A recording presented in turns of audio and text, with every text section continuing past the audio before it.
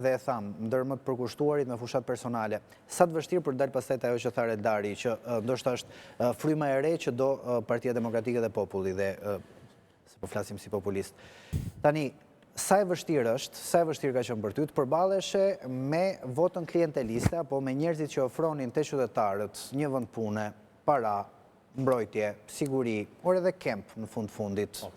Çfarë do lloj gjëje që mos t'i mohojmë, janë të pranishme. Unë në emisionin mëngjesit çdo mëngjes marr denoncime pafund të qytetarëve që kanë probleme të tilla, pavarësisht se ne pretendojmë të jemi në Europë në 2027, këto janë gjëra që ndodhin, ëh. Edhe unë nuk kam marrë dhe pikërisht për këtë. Tani, ju si model, mendoni që e konkuroni dot dhe si ka qenë përballja juaj me këto faktore, këto element? Duke qenë se keni Shijakun në qarkun e Durrësit që është një zonë që me ndikim të madh në faktorin kriminal dhe ndikim të madh edhe në zgjedhjet elektorale. Shiko, unë nuk kam marrë thu me fol për seksin e ëngjëve, kam marrë për me fol për real politikën, për atë që thu dhe tim. Kanë ardhur dhe mu njerëz saktum dhe më kanë thonë, dum kaq lek t'japim kaq vota. I kam nxjerr për jashtë. I kam thonë dilni për jashtë, mos t'ju shoh këtu. Domethënë në një mënyrë më transparente të mundshme. Absolutisht që është kempi, është buka gojës, është asistenca sociale që nuk mblidh te Këshilli Bashkiak për mi dhënë asistencë sociale sepse kishin nevojë për vota pra. Kjo ishte ideja. Pra mjetet e presionit, bonusi pranveror, ishte gjë më e rëndë që ka ndodhur, domethënë, ka qenë pikërisht 2 ditë i fundit që u falën gjobat. Pra, sfidanti politik ju premtoi shqiptarëve që kur të vinte në pushtet do t'i falte gjobat, ndërkohë de facto kryeministri e bëri aty duke shkel çdo lloj norme, duke shkel kodin zgjedhor. Unë nuk e di se si komisioni shtetëror i zgjedhjeve nuk mori masa pikërisht për këtë, sepse e ka kompetencë që ja lejon ligji. Kjo ishte shumë e rëndë. Falësh gjobat e makinave, që është gjë më e vogël, po të IKMT-s, të IMT-s, të AKU-s dhe gjithë gjobat e tjera të akumuluara ndër 10 vitet e fundit dhe ta trajtosh buxhetin e shtetit sikur ti je së nduku jot në Surrel. Kjo ishte gjëja më e rëndë që ka ndodhur buxhetit të shtetit shqiptar, neve si qytetar dhe ne që ishim përballë kryeministrit, sepse partia dhe shteti ishte një. Pra nuk u nda partia dhe shteti. Unë mendoj që kjo ka qenë preliminare për rezultatin e zgjedhjeve. As nuk duhet ngrej alibi, po unë kam ndje vetë në kurriz këtë gjë. Pa diskutim që makineria shtetërore funksiononte aty. Ju po flisni për Shijakun, unë kam mbulu zonën e Fushkrujës, që rëndon thuhet që janë durrët e krimit aty apo jo. Thot që është qyteti Tritolit, Kruja, vend problematik me banda e tjerë, por ne pas 18 vitesh arritëm ta fitonim Fushkrujen, duke e nxjerr 500+, dhe kini parasysh diçka. Në zgjedhjet bashkiake të 2023-shit, Bashkia Krujës u humb me 10.000 vota. 10.000 vota minus. Kësaj radhe dolën 500+ në të gjithë bashkinë. Pra po flasim Kruj, Fushkruj, Nikël, Bubsh, Thuman dhe Malësia Krujës që është pjesa e qafshtamës. Pra kjo ishte zona porcioni që mbuloja unë. Pra u fitu Bashkia Krujës, edhe përballë gjithë këtyre presioneve që u bën pa diskutim, rezultati do ishte më i thellë. Patjetër, sepse unë i kam pa qendër për qendër, janë 93 qendra votimi, mbi 60 qendra votimi kemi fituar neve. Në 2023-shin kemi humbur 89 qendra votimi. Pra ishte çmenduri fare. Patjetër që ne duhet flasim me këmbë tokë. Ka makineri shtetërore, ka njerëz cilët krijojnë atë inxhinierim politike. Duhet ju marr vetëm një shembull. Kur ra Partia Demokratike nga pushteti në 2013, me drejt punonin administratë shtetërore diku të 83.000 njerëz. Tani, sipas statistikave që kam nxjerrë unë, këtu punojnë 222.000 njerëz. Tani a janë njerëz? 220.000 e ketë. A janë njerëz, a janë rroga, hajde ta gjejmë. 198.000 janë me kontratat të përhershme. Po, pra ne po flasim për inxhinierim politike që këta e kanë gjuar kryeministrin që thotë unë du 700.000 vota. Kanë qenë 170.000 punonjës administrate në tërësi në 2013. 13-ën? Po. Unë e di që kanë qenë 83.000, ndoshta ke ti drejt, po tani çka ka ndodhur? Ndërkohë që Shqipëria po shpopullohet. Kemi dhënat e censusit që jemi më pak se 2.400.000 banor. Për mua jemi shumë më pak, se unë çështjen e shpopullimit e kam ndjek dhe për mua është agjend, po kjo është histori tjetër. Dhe e dyta, kur janë digitalizuar shërbimet, ne shtojmë radhët e administratës. Për çaj duam këta njerëz ne që i fusim punë administratë? Këto janë ca njerëz ushtri jeni çerësh, patronazhistët, të cilët aktivizohen kohën e fushatave zgjedhore, që të prodhojnë këtë rezultat që thotë kryeministri du 700.000 vota, 222.000 herë, 3 ja ku bën 700.000 vota.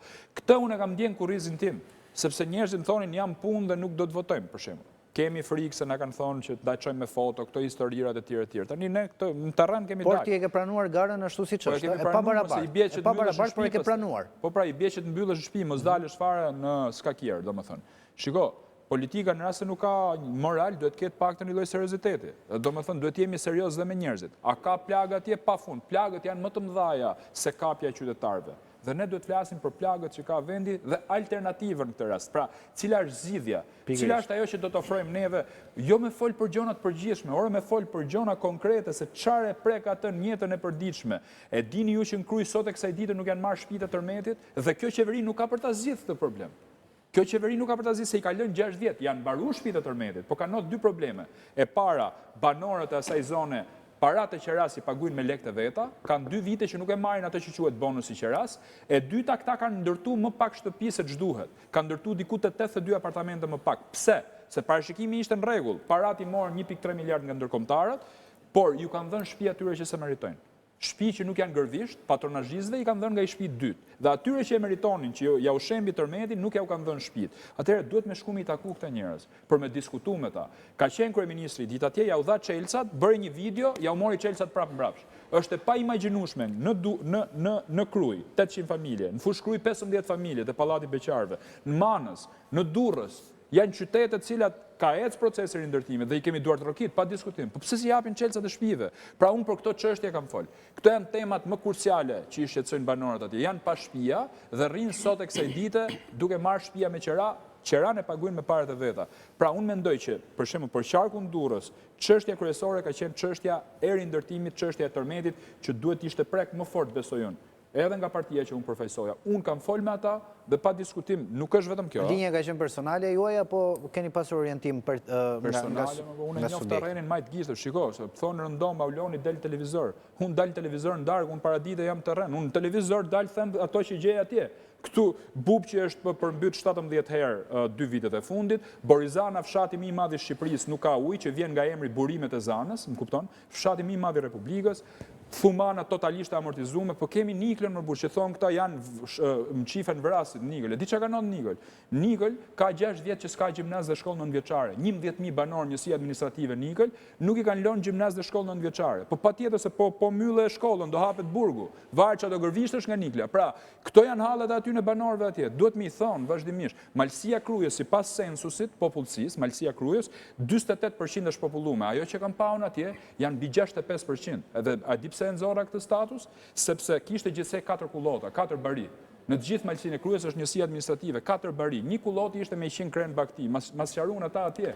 Pra nuk ka njerëz më zotni. Tani Aulon, totalisht u ke dhënë të njëjtën qasje edhe kandidatëve të tjerë, duke qenë se ti ke prekur personalisht dhe ke qenë i suksesshëm me këtë qasje tënde. Gjatë fushatës, bënit mbledhje pa dashur të hyrë në terma të brendshme. Shiko, unë kam marrë shumë pak pjesë të këto mbledhje, ta them sinqerisht domethënë. Unë kam qenë totalisht i fokusuar te nëse ky është modeli që duhet, pse nuk është marrë shumë shumë pjesë mbledhje sepse më dukeshin burokraci.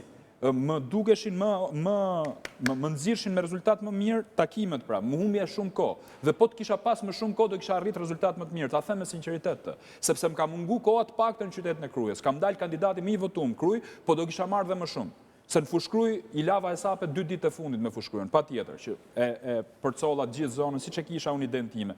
Po të kisha pas dhe pak më shumë kohë për Krujën, pa tjetër që do kisha rritë. Ne fitum Krujë, dole dhe kandidati mi votum, pa tjetër. Fitoj Partia Demokratike, flasë për qytetin e Krujët. Një qytet konservator, qytet i mrekullueshëm, çka ka ndodhur me Krujën, du t'ju them vetëm 2 fjalimë. Në orën 5 mas dite nuk ka as gra as fëmijë as pleq. I hoqën komisariatin e policisë, i hoqën prokurorinë, i hoqën gjykatën, i hoqën zyrat e Adisës, i hoqën hipotekën, stadiumin që ishte krenaria Kastrioti, i elit kombëtare, tani hedhin qenë të rrugës dhe inerte, stadiumin e Kastriotit. Ky është qyteti Krujës, nuk e kanë prioritet turizmin. Aty është heroi jon legjendar Gjergj Kastrioti Skënderbeu. Kemi një ministre që unë jam shumë dakord me Beratin dhe Gjirokastrin, po jo të gjithë turistët atje duhet shkojnë dhe turistët në Krujë. Si e leti Krujën pa rrugë? S'ka, domethënë, rruga Krujës është burim aksidentesh. A e kuptoni se çfarë po ndodh? Këto janë hallet e atyre. Pra, ç'a ju thashun atyre? Unë ju thash, në rast se ne do vim pushtet, ne do ju kthejmë gjykatën, prokurorinë, hipotekën, komisariatin e policisë, sepse po i ktheve gjykatën dhe prokurorinë. Urdhër? Komisariatin e ka Kruja. Qa komisariati kanë qeru gjitha nga Kruja, më Kruja është qytet varrezmër, është qytet fantazëm, unë se di pse e kanë pas personale me qytetin e Krujës ta. Është shumë e rëndë kjo që ka ndodhur. Pra ne e majmë shumë mirë Krujën se është qyteti Skënderbeut, nga ana tjetër nuk i kemi lënë si shërbim. U mbyllën gjithë zyrat e avokatisë, u mbyllën zyrat notariale, u mbyllën lokalet rreth e gjykatës etj, marketet, pra mbaroi Kruja. e dini ju në zemra Krujës, quhet lagja berbere, e ke gjuar të kongën atje Maskalaja, një baçe me lule, është kongë shumë e famshme e grupit pleqëve të Krujës. Atje Maskalaja është lagja berbere 100 metra në zemër të Krujës. Është mbyll shkolla në Krujë, lagja berbere, dikur me 300 fëmijë, sot nuk ka shkollë. Nuk ka sepse ka nik fëmijët, është popullu Kruja. Pra kjo është situata dhe ti duhet i prekësh ata njerëz aty ku e kanë problemin.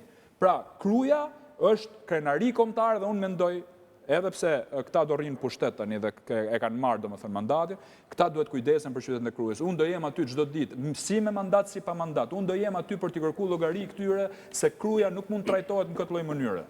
As turshit nuk e kanë bë. Edhe i fjalit funit për Krujën, e helmun Krujën para 3 viteve. Mamen apo jo, 1500 qytetarë shkuan nëpër spitale. 2 herë është helmu Kruja, një herë në kohën e sultanit që i hodhën pusëve të kalas mit ngordhur, edhe herën e dytë kanë helmu këta. Asnjë nuk ka mbajtur përgjegjësi për helmimin e Krujës. Reldar, tani pushteti të intimidon